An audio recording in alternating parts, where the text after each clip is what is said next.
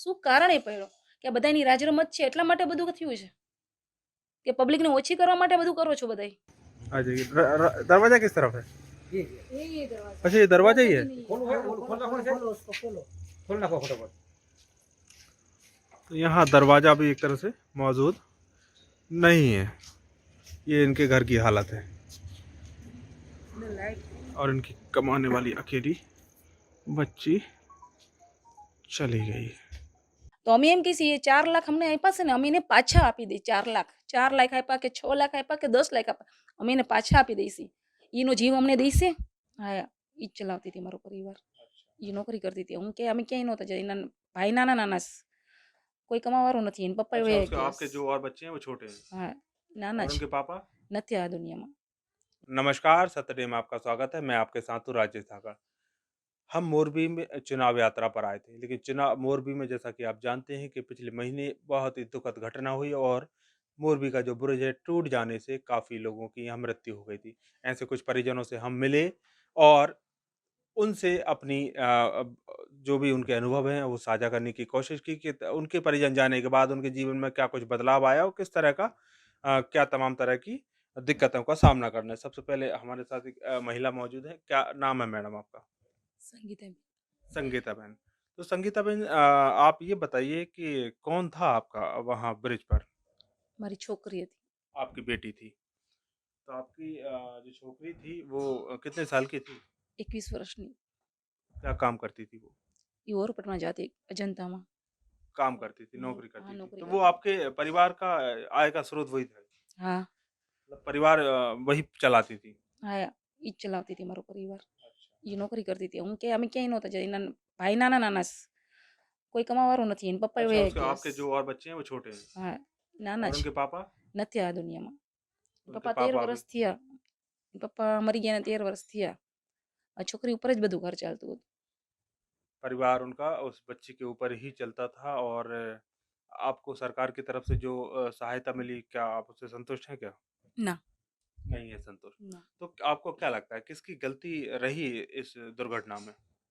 ઓરેવા વાળાની और एवा कंपनी की? और सरकार की सरकार दोनों की की. भी, दोनों की गलती હા है। સરકારે જ્યારે એને 2 કરોડ આપ્યા 2 કરોડ રૂપિયા આપ્યા हाँ, 2 અને આ करोड़ બધાય दिए। વયા ગયા અને 4 લાખ રૂપિયા આપીને છૂટા કરી દીધા. 4-4 लाख रुपए आपको हम्म. देखिए एक तरह से ये किसी की मौत की कीमत नहीं लगाई जा सकती, મોતની लेकिन કિંમત सरकार છે આ 4 લાખ રૂપિયા.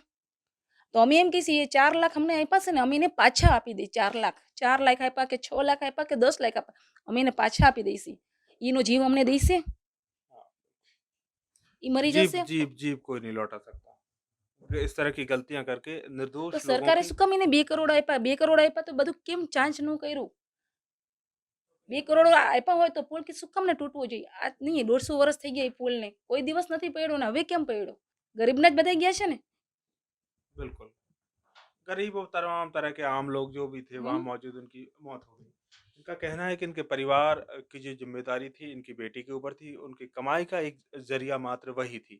उसके चले जाने के बाद इनके जीवन में एक तरह से संकट आ गया है। अब ये चिंता महिला के पति नहीं है और ये कहती हैं कि उनके जीवन में एक तरह से संकट ना आ गया है कि आगे का जो बचा हुआ जीवन है, उनके 2 छोटे बच्चे हैं, उनका वो पेट कैसे पालेंगे और किस तरह से गुज़ारा करेंगी। जब तक वह बड़े नहीं हो जाएँगे, तब तक उनके लिए सरकार ने जो पैसा दिया है, वो उतना पर्याप्त नहीं है और एक जीव की कीमत पैसा कभी नहीं हो सकता।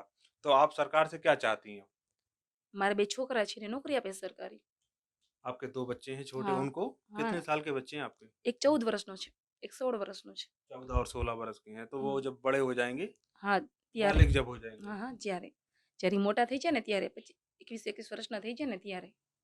तो आप चाहती हैं कि सरकार उन्हें किसी तरह की नौकरी दे और उनकी आय का जो पर्याप्त जो एक साधन है, परमानेंट साधन, वो बनाने की एक तरह से उनमें मदद करे, जिससे हाँ उनका बचा हुआ जीवन गुज़र जाए। तो किसी अपने के चले जाने के बाद एक तरह से जीवन जीना बड़ा कठिन होता है। एक तरह से एक देखा जाए तो जीवन काट कर लोग गुज़ारते हैं।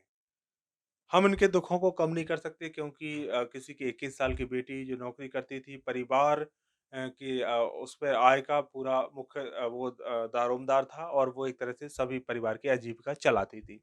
सरकार ने 4 और 6 लाख रुपए देकर एक तरह से अपना काम पूरा कर दिया, लेकिन उन 4-6 लाख से क्या उनका सारा जीवन चल जाएगा? क्या उनके परिवार की जो लगातार जो चलने के लिए जो मुख्य आय के जो साधन होना चाहिए थे, वो क्या बन जाएँगे?